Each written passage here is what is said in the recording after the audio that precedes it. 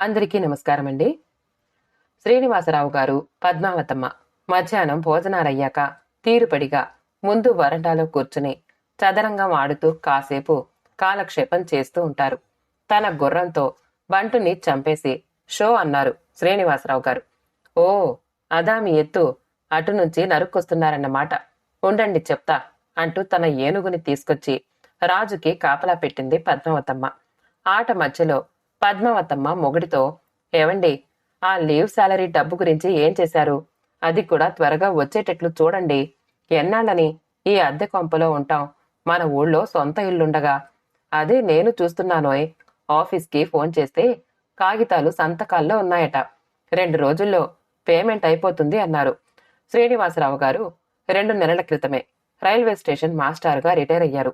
రావలసిన డబ్బంతా త్వరగా పేమెంట్ కావడానికి రైల్వే క్వార్టరు ముందుగానే ఖాళీ చేసి ఆ ఊళ్ళోనే అద్దె ఇంట్లో ఉంటున్నారు. తను, భార్య పద్మావతమ్మ. ఆయన సంతానం కూతురు భవానీ, కొడుకు ఆనంద్. ఇద్దరు గ్రాడ్యుయేట్స్. ఇద్దరికీ మంచి సంబంధాలు చూసి పెళ్లిళ్లు చేసేశారు. ఇద్దరికీ చెరో కొడుకును. ఇద్దరివి గవర్నమెంట్ ఉద్యోగాలే. కొడుకు ఒరిస్సాలోనూ, అల్లుడు విశాఖపట్నంలోనూ వాళ్ల కుటుంబాలతో ఉంటున్నారు. ఆర్థికంగా ఏ విధమైన ఇబ్బందులు లేకుండా. తనకు రైల్వే నుండి రావలసిన డబ్బంతా వచ్చేసినట్లు నిర్ధారణ చేసుకుని రావలసిన పెన్షన్ తాలూకు కాగితాలు నింపి ఆఫీసులో ఇచ్చేసి తనతో పనిచేసిన కొలీగ్స్ కి బాయ్ బాయ్ చెప్పేసి సామాన్లతో సహా ఊళ్ళో ఉన్న తన సొంత ఇంటికి వచ్చేశారు శ్రీనివాసరావు గారు. సతీమణి పద్మావతమ్మ. తను రిటైర్ అయి సొంత ఇంటికి వచ్చేసినట్లు దసరా పండగ దగ్గర్లోనే ఉన్నందున అందరూ వచ్చి 4 రోజులు సరదాగా గడపవలసింది అని కొడుక్కి, కూతురికి ఉత్తరాలు రాశారు. అందరూ పండక్కి వచ్చే లోపల ఇల్లంతా శుభ్రం చేయించి సున్నాలు వేయించి ఇంటికి కొత్త గెటప్ తెచ్చారు. కొడుకు, కోడలు, అల్లుడు, కూతురు, వాళ్ల పిల్లలు అందరితో ఇల్లంతా సందడిగా ఉంది దసరా పండక్కి. శ్రీనివాసరావు గారు, భార్య పద్మావతమ్మ ఎంతో సంతోషంతో ఉన్నారు. రాత్రి భోజనాలయ్యాక అందరూ ముందు వరండాలో చాపలు పరుచుకుని కూర్చొని భుక్తాయాసం తీర్చుకుంటున్నారు. పిల్లలు పడుకున్నారు. శ్రీనివాసరావు గారు పడక కుర్చీలోనూ, పద్మావతమ్మ కుర్చీ పక్కన కొంచెం ఎడంగా కూర్చుంది. అంతా నిశ్శబ్దంగా ఉండడంతో కొడుకు ఆనంద్ కలగజేసుకుని, నాన్నగారు, మీరు 35 ఏళ్లు కష్టపడి రాత్రనక పగలనక పనిచేసి ఏ గ్రేడ్ స్టేషన్ మాస్టర్ గాను 2 GM అవార్డులు కూడా సంపాదించుకుని రిటైర్ అయ్యారు. బాధ్యత, నిజాయితీ గల స్టేషన్ మాస్టర్గా మంచి పేరు తెచ్చుకున్నారు. కష్టపడి సంపాదించి మమ్మల్ని పోషించి పై చదువులు చెప్పించి పెళ్లిళ్లు చేసి ఓ దారికి తెచ్చిన బాధ్యత మీవైతే, మమ్మల్ని కని పెంచి పెద్దవాళ్లను చేసిన బాధ్యత పూజ్యురాలైన మాతృమూర్తిది రెండో బాధ్యత. నాణానికి 2 పక్కలు అమూల్యమైనవే. నాన్నగారు, మీరిప్పుడు ఫ్రీ బర్డ్. మరి అమ్మ, ఆమె జీవితం ఇంకా వంటింటికి పరిమితమేనా? చాకిరీ చేసి చేసి ఒళ్ళు హూనం చేసుకుని తన కష్టాలు మనసులో దాచుకుని సుఖాలు మనందరితో పంచుకుంటూ అలసిపోయి నీరసపడిపోయింది. మరి అమ్మకి రిటైర్మెంట్ వద్దా?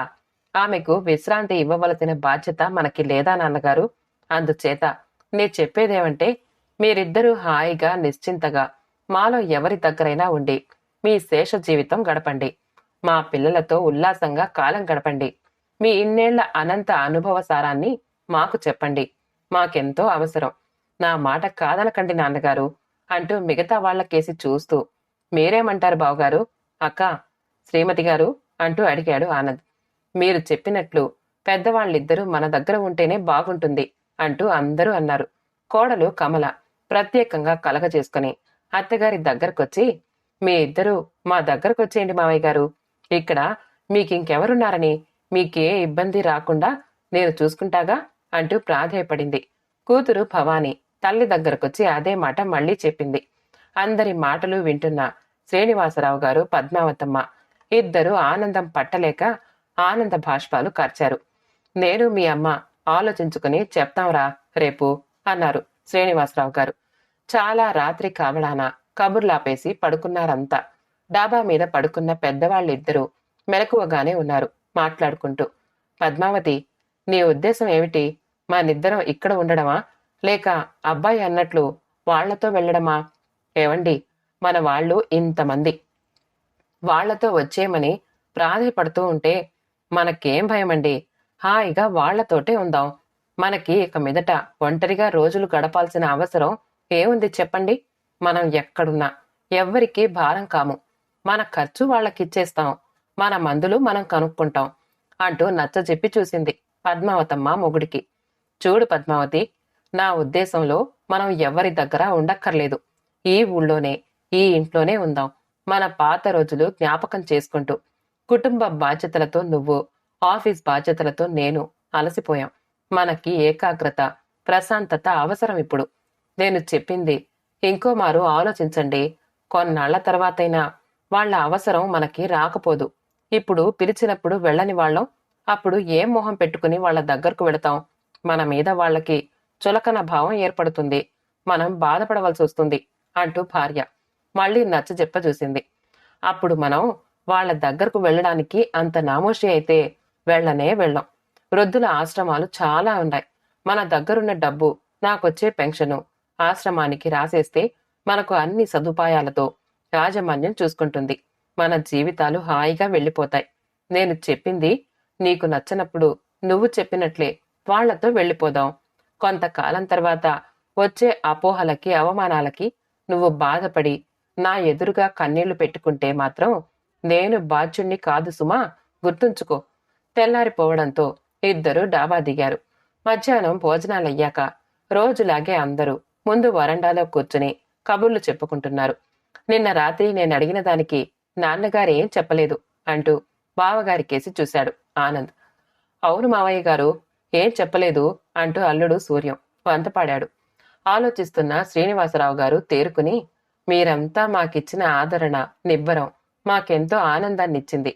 ఏనుగు బలం వచ్చినట్లుంది. గాలిలో తేలిపోతున్నట్లు అనిపిస్తోంది. మీరు పిల్లలు అంతా మాకు రత్నాల్లాంటి వారు. మీరిద్దరూ ప్రయోజకులై గవర్నమెంట్ ఉద్యోగాలు చేసుకుంటూ భార్య పిల్లలతో ఏ విధమైన ఆర్థిక ఇబ్బందులు లేకుండా కాపురాలు చేసుకుంటున్నారు. ఇక మిగిలిన వాళ్ళం మేమిద్దరం ఇదే ఒంటరి జీవితానికి అలవాటు పడిపోయాం.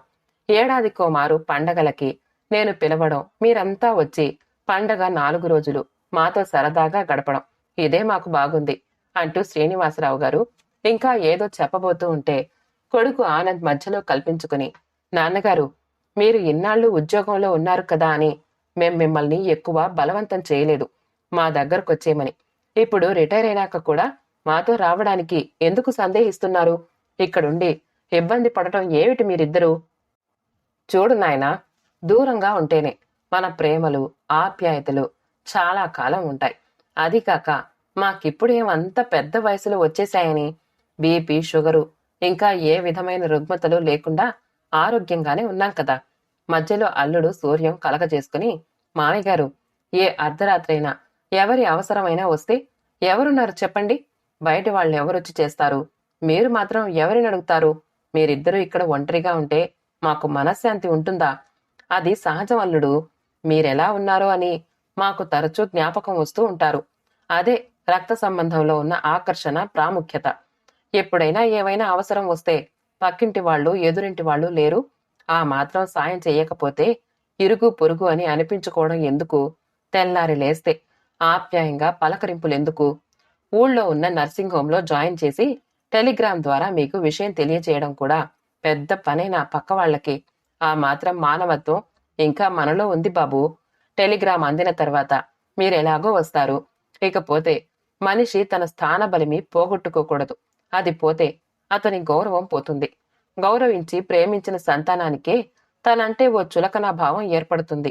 తనకంటూ ఓ ఇల్లు, ఇల్లాలు, తనని పోషించుకోగల ఆర్థిక శక్తి, ఆరోగ్యం అన్నీ ఉన్నా ఇంకొకళ్ళ దగ్గర కాలం గడపడం, తన వాళ్లకి పై వాళ్లకి విమర్శించడానికి ఆస్కారం ఉంటుంది. కొంతకాలం తర్వాత బాధతో మళ్లీ తన ఇంటికే రావాలి అనిపిస్తుంది.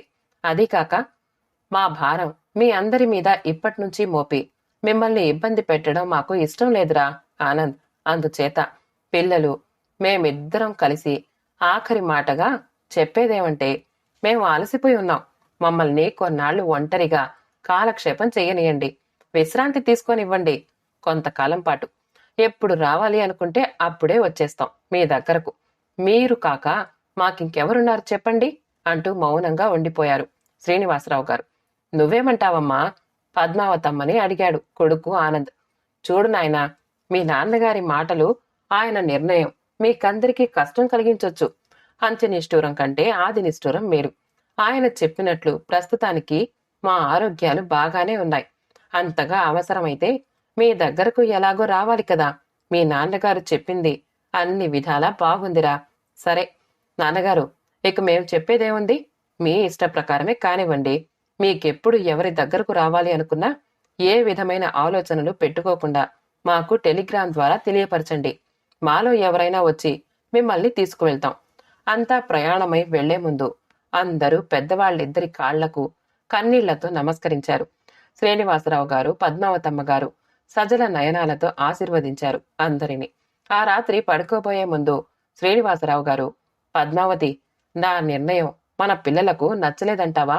అవును, నాకొచ్చిన రిటైర్మెంట్ డబ్బు మాటే ఎత్తలేదు వాళ్ళు. వాళ్ల ఉద్దేశాలు ఎలాగున్నాయోనని నేను ఊరుకున్నాను. వాళ్ళకే ఉద్దేశాలు ఉండవండి, నాకు తెలుసు. మీరు రిటైర్ అయి 3 నెలలే కదా అయ్యింది.